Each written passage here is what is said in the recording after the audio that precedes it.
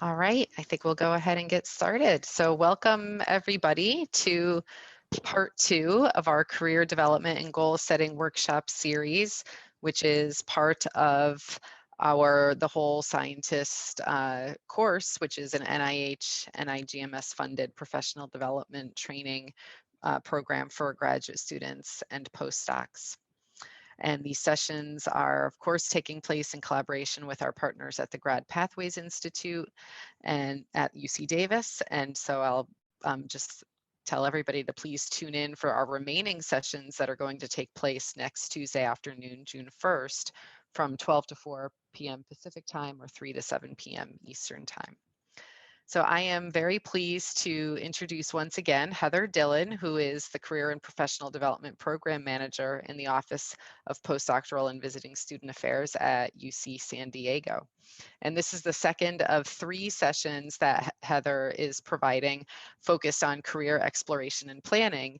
And she'll be building off of last week's work on identifying skills and interests and how those align with potential career paths, focusing today's session on networking and clarifying career goals.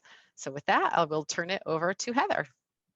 Thank you so much, Sarah, and thank you for having me back, and welcome back everyone who was here last week, and welcome to those of you who are joining us for the first time. As Sarah mentioned, we're going to be talking a little bit about the next stage in your career journey, which is preparing for that next career by networking and clarifying your career goals and career interests. And so, some of you have started putting your answers in the chat, but if you haven't had a chance to do that yet, if you can think about these questions, what is networking? What does that mean to you? How would you define it? And go ahead and pop your answers into the chat, or if anyone would prefer to unmute and ask, please feel free to do that. And that's the same throughout this presentation. Please feel free to unmute yourself at any point to ask questions, or you can throw those in the chat. I will try to be monitoring the chat, but I may not get to your question as quickly in the chat as I would if you ask it verbally. So just please bear with me with that. So looking through the chat, we've got some great answers as far as networking, building relationships, making professional connections, establishing and maintaining connections with the goal of advancing your career. So, someone who may have heard me talk before, building mutually beneficial professional relationships. All right. So building connections for future collaborations, again, forward looking, that's great. So yeah, these are all fantastic answers. And I think, for me, when I think about networking, I would define it as connecting to form mutually beneficial professional relationships. So there's 2 keys in there that I'd like to focus on. So that is mutually beneficial. So again, there should be a benefit to both individuals in a networking relationship, and that you're working on establishing the relationships. It's more than just a connection, that you're actually forming some sort of longer term interaction with this person. So with that in mind, how do you think networking can help you to clarify your career goals? So I'm going to I want you to think about that for a minute, and then we're going to do a Mentimeter poll. So I'm going to put that into the chat, and I'd like you to go ahead and share out your ideas on how networking can help you to clarify your career goals. So you can go to menti.com and enter the code that you see there in the chat. It will also be on your screen in a minute here. So there you go. So menti.com, use this code here and share your thoughts on how networking can help you to clarify your career goals.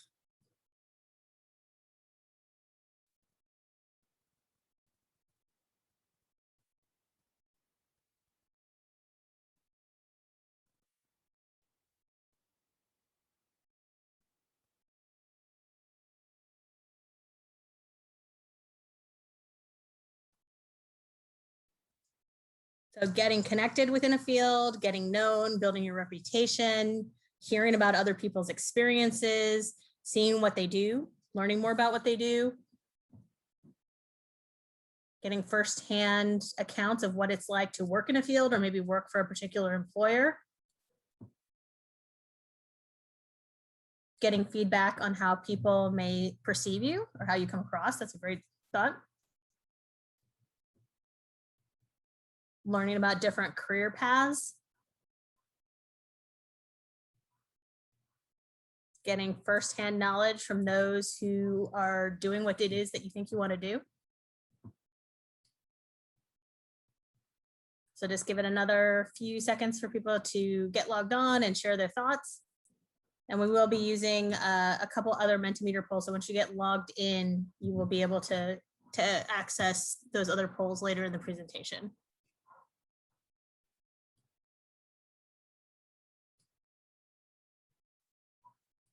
Learning about how your skills match with a specific role, identifying areas you may want to work on,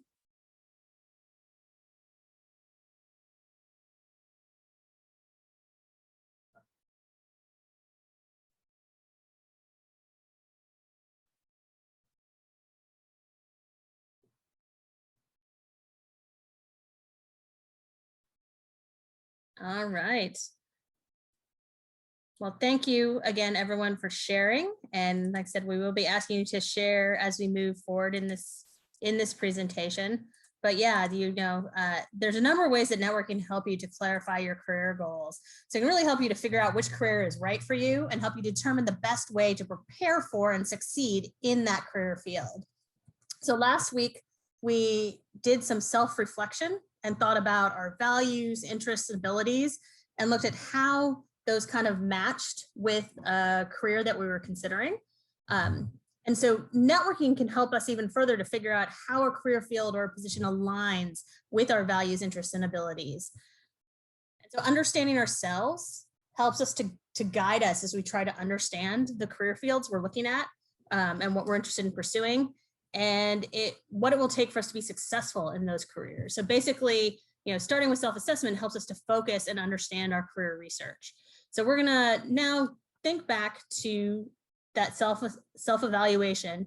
And based on your self-evaluation, I'd like you to think about what it is that you think you need to learn or what you would like to learn about the career field or fields you think you're interested in pursuing. And I actually have a handout where you can start sharing some of this and writing down some of this information. So you can download it from Google Drive, or I will also upload this to the chat. So first, here's the link to download from Google Drive.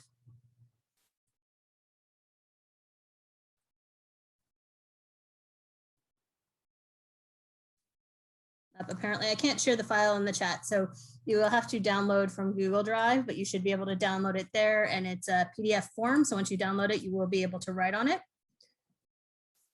Then I'll give you, a minute or so to think about that. Like, what do you need to learn, or what would you like to learn about the career fields you're interested in pursuing?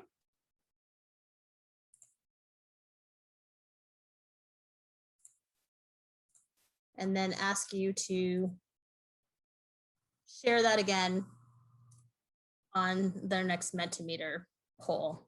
So you can write out, what are some things that you feel like you need to learn or that you would like to learn about the career fields you're interested in pursuing? Some information you may not have yet, may not have now, but you think might be important.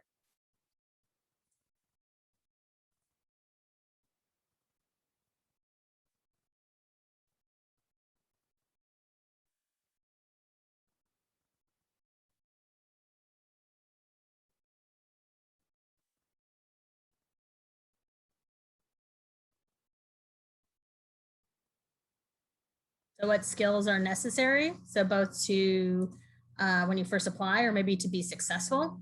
There may be the skills that are required as per the application, but there may be additional skills that would be beneficial when you actually get into that role. So if you need additional education or training, that would be either required or helpful, or, is common. So again, not having it may put you at a disadvantage. So what are the opportunities for work-life balance?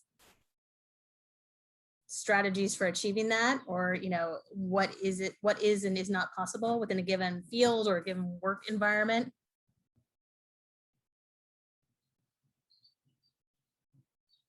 So what are the opportunities for advancement?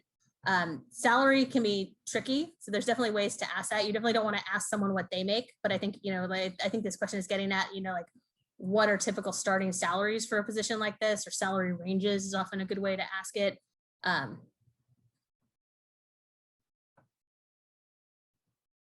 So tips for how to navigate to be successful or to get to the career that you want to pursue.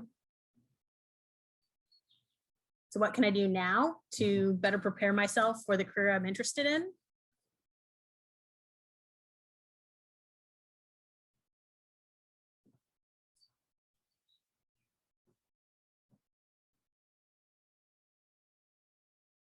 So as I said, papers, I say maybe how to write, how to get papers, how many you may need, where you should be publishing.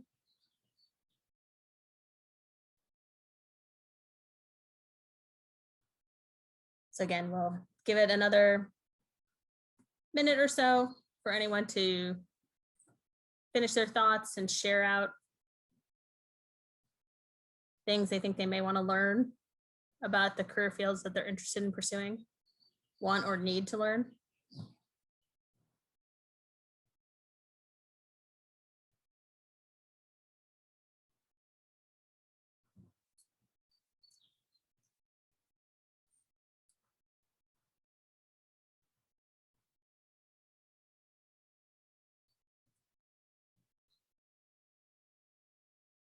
All right.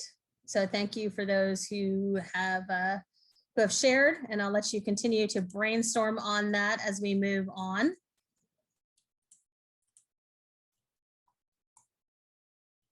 So, as we talked about last week, a lot of times, sometimes the questions you've asked can be answered by online resources. So someone talked about salary scales. There's published databases like Glassdoor. Sometimes you can find information in other sources about, salary ranges for different types of positions.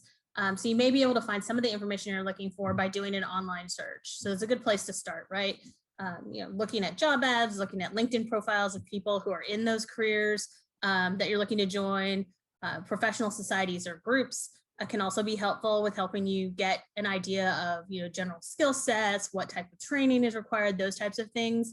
The assessment tools I pointed to you to last week, so MyIDP and Imagine PhD, also have various information about careers. And based on the results of your assessment, you will be provided with suggestions for career fields that might be a good fit for you, or things that are worth you looking into.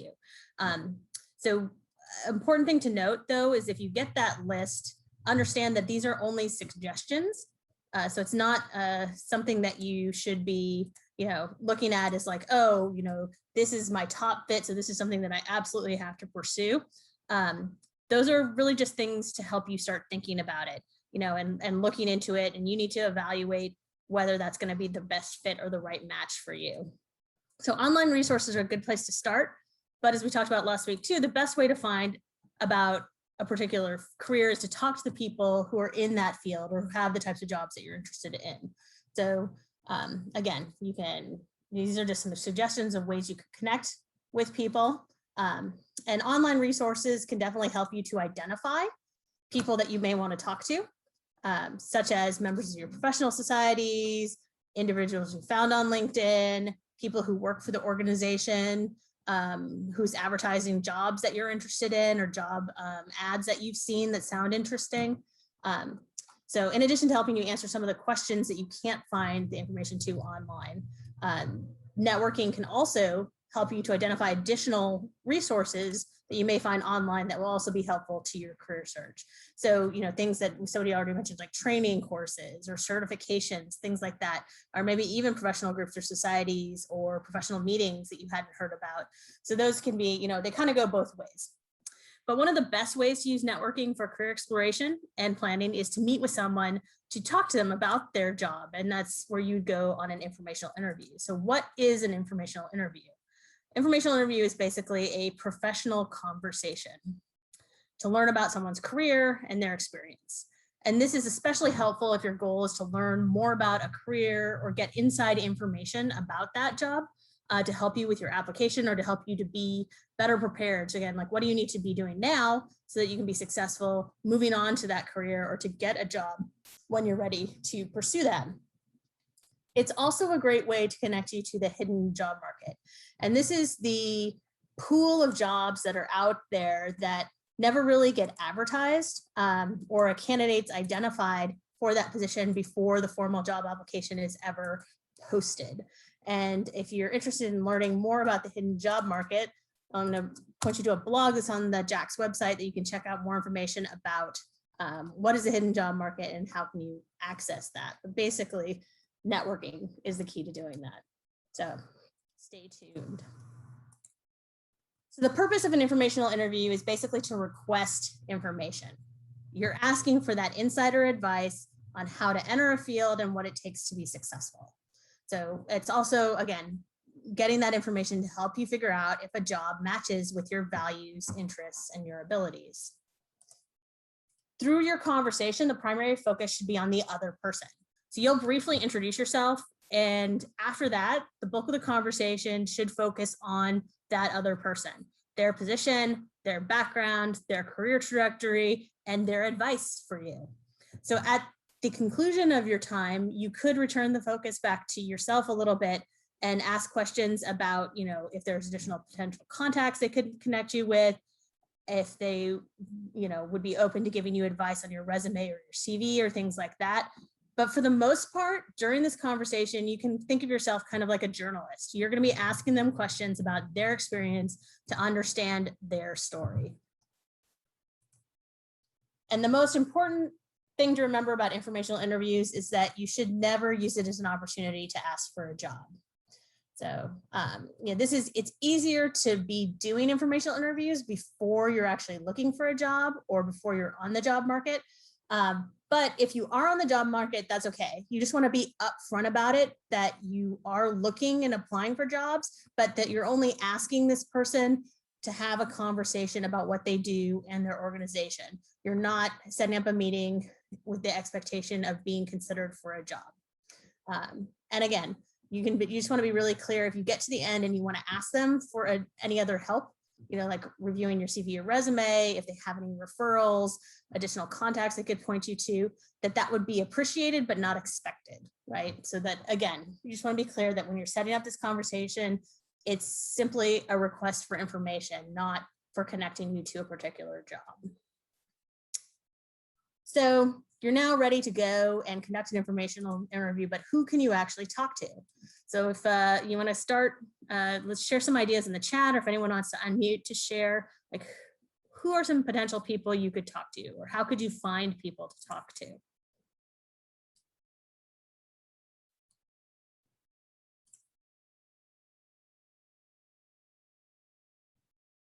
LinkedIn, definitely.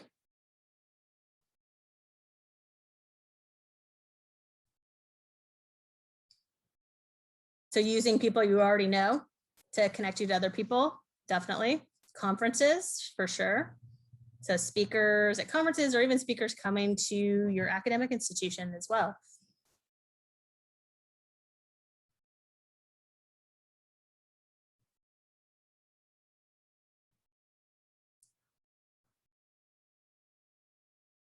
Recruiters can potentially connect you to people, your PI, your supervisor, your colleagues, all people you could reach out to help with connections. Definitely. All right. Your friends, for sure.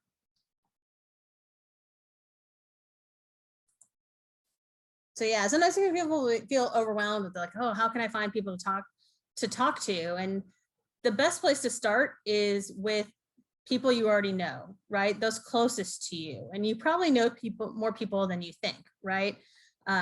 So think about, somebody mentioned this, friends, your peers, your family. And then as you start moving out, somebody mentioned your advisor or your supervisor, your PI, other people in your lab and your department, maybe even at your university, other department faculty or administrators, collaborators you may be working with, maybe editors for journals or grant administrators, people whose blogs you read, or people who are posting on forums you visit. Somebody mentioned conferences. So again, conference speakers, people you meet at conferences, visiting speakers at your institution. And even moving further out from there, so LinkedIn, somebody mentioned connecting to people on LinkedIn. So you can start with people you're already connected with, see who they're connected to, people you reach out for informational interviews. If you have volunteer activities or clubs, you probably know people through there and thinking about who they know, other professional associations or societies you belong to, alumni from your current institution or previous institutions. A lot of times those are easy connections to make. Going to events with employers or through your career center or career fairs are a great way to meet people who you could potentially set up conversations with. So you can think about this as kind of your expanding network, right? So start with who you know and think about, people you know at various levels of connection. And then you can also ask all of these people to connect you to their people that they know, right? So it again, grows from there. So really there's a whole web of people you could reach out to. So now that we've identified potential people that you could speak to, how do you go about requesting or starting those conversations? So your request for a conversation is basically your elevator pitch or your introduction pitch. So this is going to be your very brief, again, 30-second, 1 to 2 sentence introduction of yourself. And you're going to start by briefly explaining who you are. So your name and your relevant positions or affiliations. And it's important to keep in mind that that may or may not be your graduate or your postdoctoral position, depending on the person you're speaking with and the reason that you're interested in speaking with them. You also want to include what you do. And again, keeping in mind that this may or may not be your current research, depending on, again, who you're talking to and what it is that you want to talk to them about or your goal for reaching out to them, which brings us to our final point, which is what you want. And this is the part that a lot of people forget to include in their introduction or elevator pitch, is to include what it is that they're actually looking for. So what it is that you want that person's help with, or you want to talk to that person about. So we're gonna, if you go to page 2 of your handout, we're gonna take some time and have you actually write out your introduction or elevator pitch. And I'll give you a couple minutes to work on that. And while you're doing that, we're going to set up breakout rooms and you're going to have an opportunity to practice your pitch and get feedback from some of the other participants here. So we'll put you in groups of 3 or 4 and you'll have an opportunity to share your pitch and get some feedback from others about how, what they thought of your pitch and how you maybe could make it even better. All right, I think we have everybody back now. So welcome back. Would anyone like to share about how that went? How was it putting together your pitch? How was it sharing your pitch?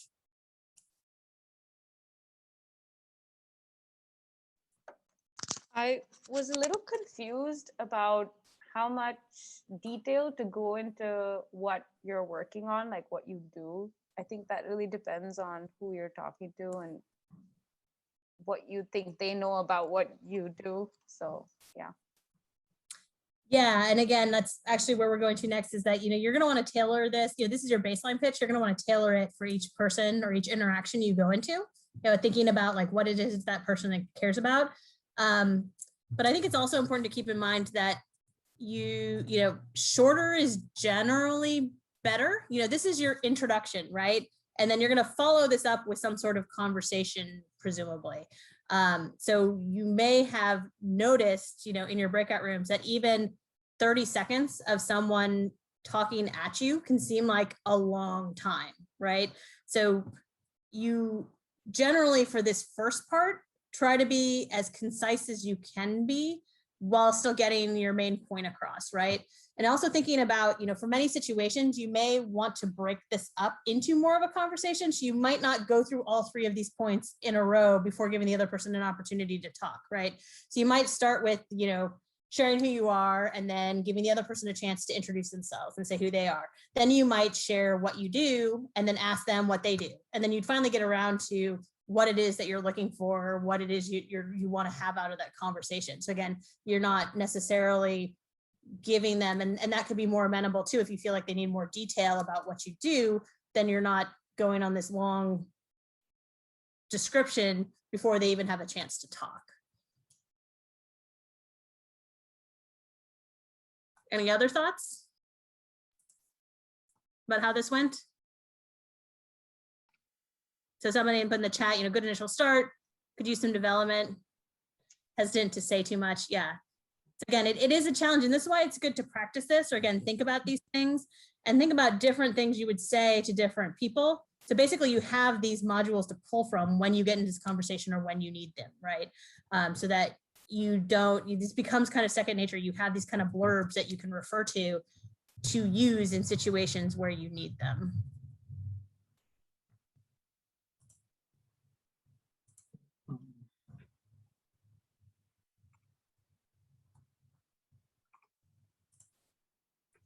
All right, so, and like we talked about, what you practice is basically your baseline pitch. And you can use this for an in-person introduction, like we just practiced, or as a basis for an email or a LinkedIn connection request that you send to someone who you're hoping to talk to about their career.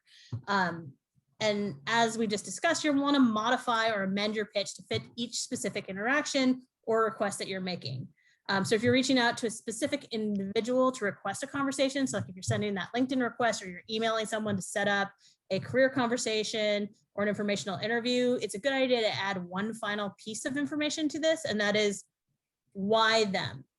So why are you contacting that person specifically? How are you hoping that that specific person can help you with what it is you want or what it is you're looking for?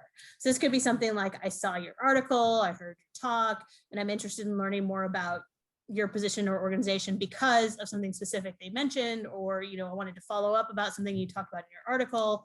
And sometimes people have challenge, they get shy about reaching out to someone. It's like, well, I don't feel comfortable just saying it's because I want information. So you can also give yourself a reason if you need to, for why you're reaching out to this person. Like maybe you start a blog or a podcast or a newsletter, or you write an article for a website, and that you want to interview them. You're doing interviews with different people in different fields to get their perspective. So you can always give yourself a reason, but make sure that it is a true reason. Then you do write through and follow up and write that article.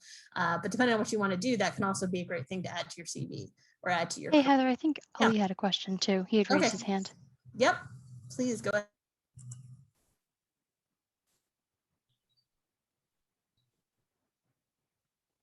Ali, did you have your hand raised? Did you want to say something? Oh yeah. Sorry, I thought I was muted. I was trying to fix that. So I just had a quick question about the way that I would want to introduce myself. Thinking about it, it's like a minefield because of two things. One, it would be great if I knew the person. Because I don't know the person, I might be depending who they are, I might frame who I am. If I'm talking with a person who's a data scientist, I might be more detailed about who I am and say if I do statistical models or machine learning or deep learning. But if they're a clinician, I'll just tell them I do data science.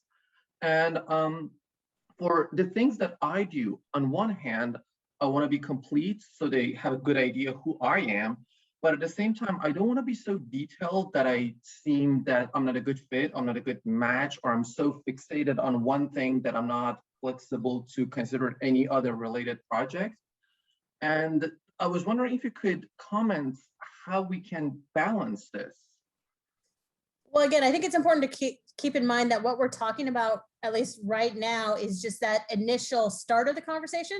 So I think a lot of what you're talking about would come out through a longer discourse, right? That you're having with someone in a full interview or in a full conversation about your work. And then hopefully you would get some more clarity about what it is that, their level of interest. And also I think the guiding thing too is, what is your goal from this interaction? Like, what is the nature of the interaction would frame probably how much detail you gave into it, right?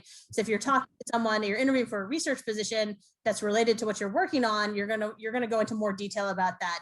If it's in a different type of field, or if you're talking to someone just more generally about your interests, you're going to talk more broadly probably about like, here's what I'm working on right now, but I'm also interested in these other things, right? And so you might not go into as much detail about any one thing, or again, you'd see where the conversation goes, and then you have to figure out like, what do I talk about in more detail based on the other person's level of interest. So I think it's, again, it's one of those things that this is why thinking about this and having, often when we talk about, like today, we're talking about networking. So I'm just covering the initial conversation, but often I suggest that you have kind of 3 pitches ready. So you have your very brief elevator pitch. You may have a more in-depth kind of talking points you'd have for maybe a 3 to 5 minute conversation.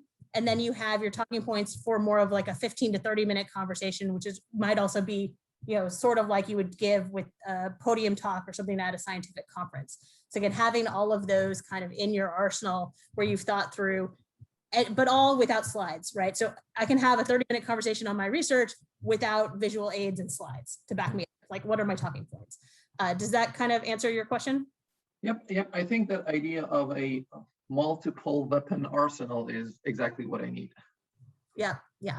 And again, and this is like, sometimes people get overwhelmed when we talk about this, and I'm not saying like you have to go home tonight and get this all worked out, in the next 30 minutes, but this is something to build towards, right? And something that you should be kind of continually working on. And as you're in situations, taking opportunities to practice these and think about, and especially in these kind of lower key conversations. So when you do get into one of those higher stakes conversations, you have those ready to go when you need them. Great, thanks. Thank you very much. Yep.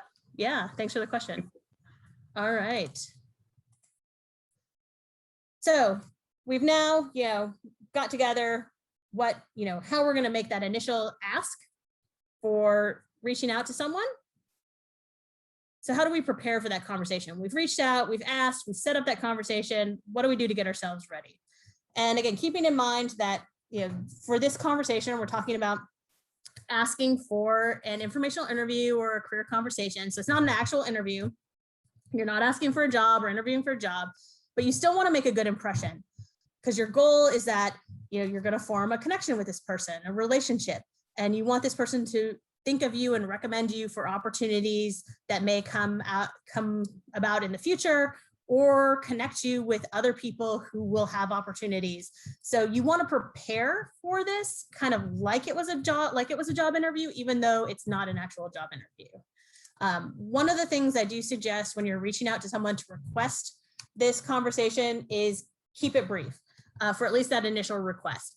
Most people are willing to give you, 10, 15 minutes of their time, and that's not a big ask. So it decreases the barrier for them to say yes.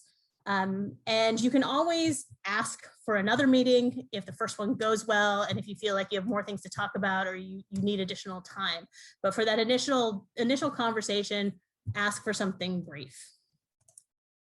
You're going to also want to make sure that you know how you're going to connect with that person. So if it's an in-person meeting, make sure you know how to get to the meeting location, you've figured out your transportation, and you've planned plenty of time so that you can get there and be on time to meet with that person. If you're connecting virtually, you're going to want to try to test or confirm that you have access to that technology or the platform that you're going to be using, ensure your software works, that you have a good internet connection or a phone signal where you're planning to have this conversation.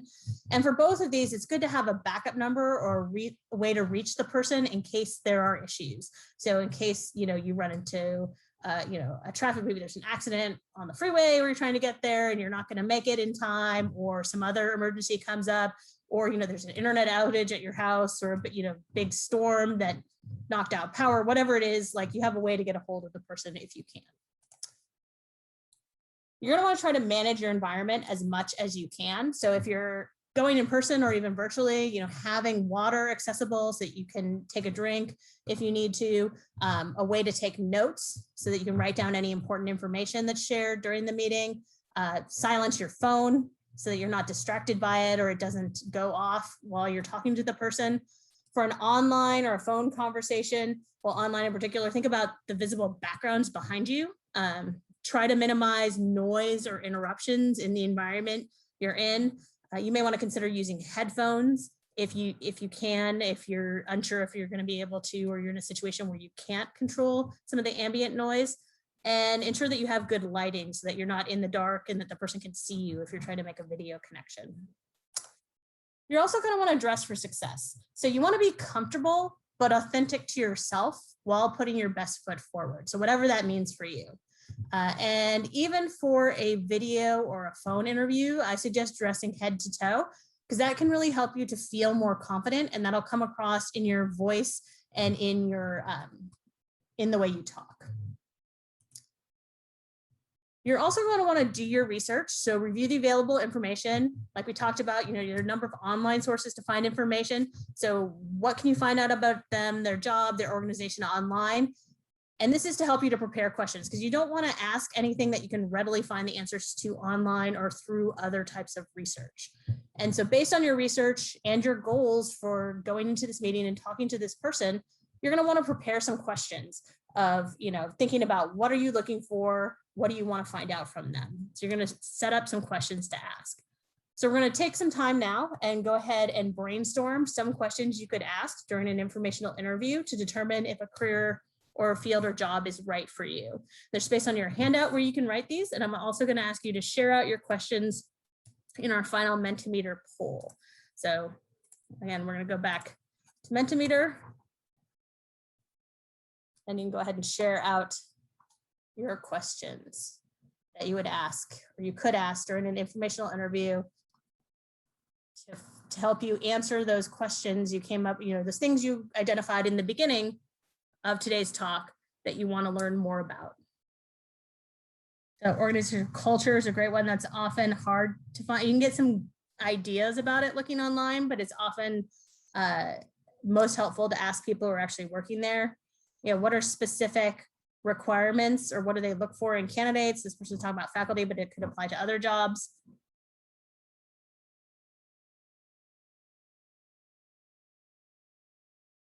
So, work tasks, like how much flexibility do they, again, thinking about you're asking this other person, right? So how much flexibility do they have in determining what they work on?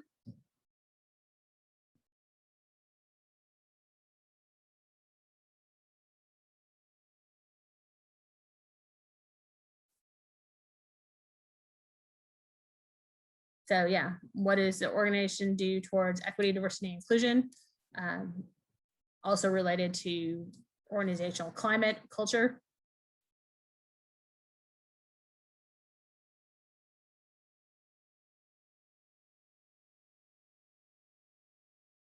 You can even ask that individual, who you're having this career conversation or doing this informational interview with, what opportunities do they have to engage in promoting EDI at their institution?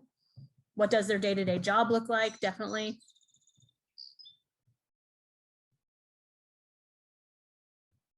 So yeah, so what experiences do they enjoy most about their job? Is there anything that they would change or wish they had done differently in preparing for that job? What do they like most about doing what they do? What do they find the most challenging?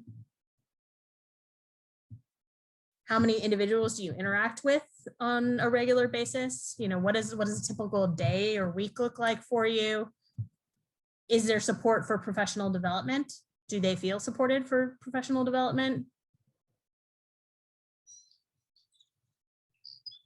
Give it another minute or so if anyone has any other thoughts they'd like to share.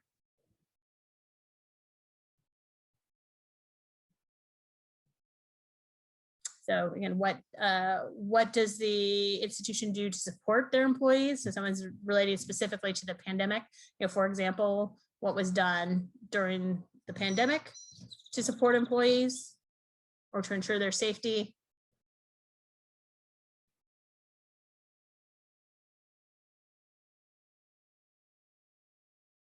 So how much of your work is independent and how much of it is working with a team or as part of a team?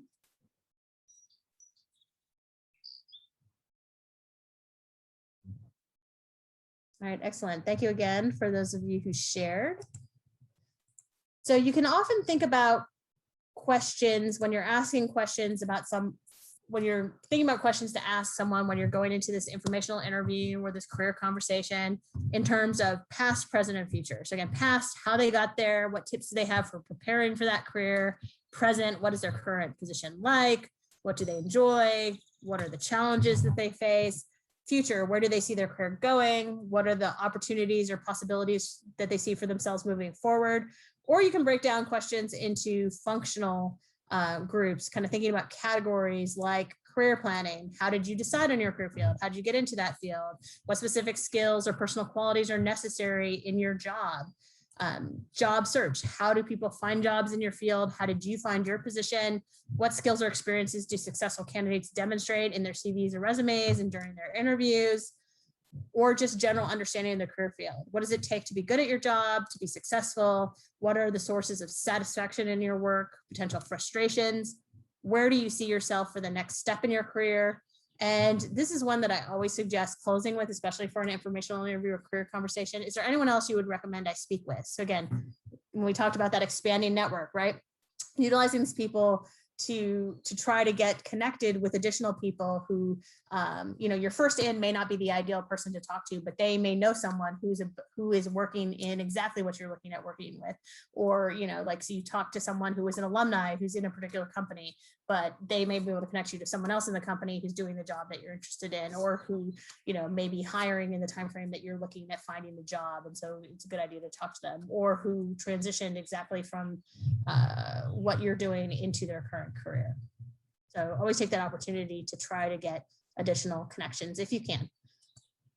Just some general tips to wrap us up. Like we talked about earlier, especially for this career conversation, you want to keep it conversational. So while you're approaching it like a journalist, you don't want it to feel like you're grilling this person. So you want to introduce yourself and then ask your first question and then see where the conversation goes. Try to let the conversation and the interaction develop naturally. Keep in mind that your goal is to build a relationship. So it's okay to talk about things that aren't job related necessarily. If the conversation goes in the direction of interests, hobbies, or other non-research or non-career topics, totally fine. Let it go there. Be open to where your conversation naturally leads. You'll have your prepared questions. And so you can use those if they make sense, but don't force them into the conversation necessarily, especially for this first interaction. You can always follow up with an email or set up a second conversation if there's something that you really want to find out about that didn't make it into your initial chat. So again, use your prepared questions if they make sense. Otherwise, ask something based on what was said during the conversation or where your conversation is going. It's really important to start and end on time. So like I said, again, you're going to want to ask for a brief amount of time in the beginning, and you're going to want to stick to that. So make sure you're ready and in the right place or connected by phone or online at the time you have set for the meeting to start. And then set a timer for yourself for 1 or 2 minutes before your scheduled end time of the conversation so that you can wrap up the conversation and respect their time and end when you said you were going to end. So only take that 10 or 15 minutes that you asked for. If you have more to discuss, like I said, you can always set up a time in the future conversations and possibly for a longer period of time for that second follow-up. Send a thank you note after an informational interview, career conversation, or if someone has helped you in some way. So if they've connected you with someone, notified you about a job opportunity, something like that.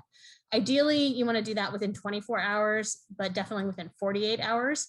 And if you're following up from a career conversation, try to mention something specific from your discussion, or if it's, they helped you in some way about their help that you really appreciated. Keep track. So you're going to want to find some way to keep track of these connections. You can connect to them on LinkedIn. You can use a spreadsheet.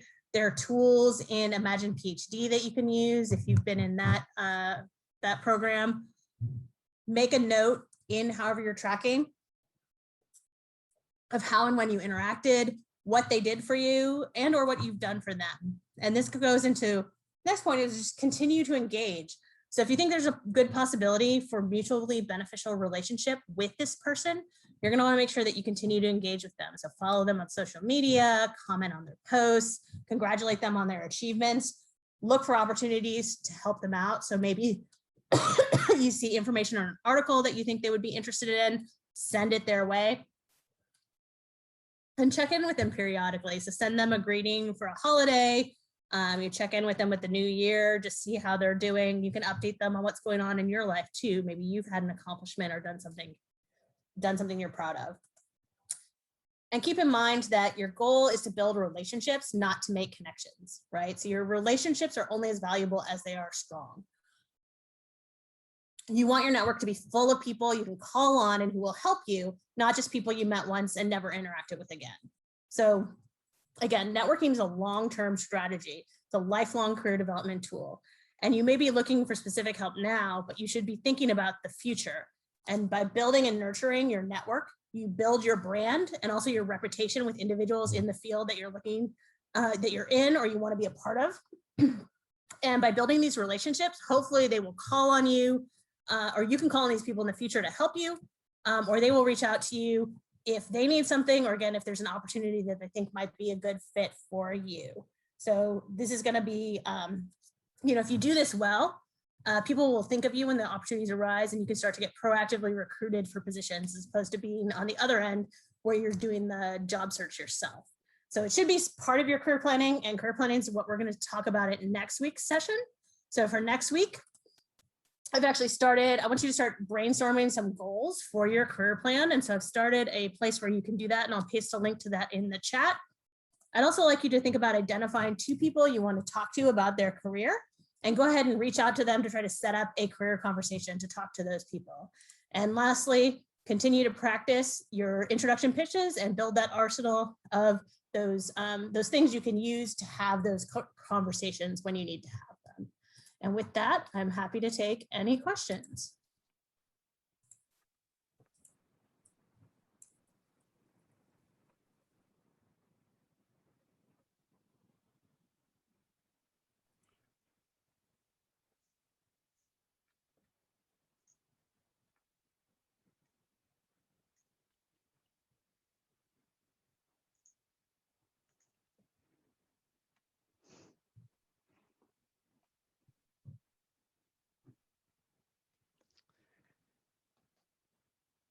All right, I think we're going to call it a wrap for today. So thank you so much, Heather, and great resources, great advice, and we look forward to your session again next week. So everybody, make sure you tune in again next week at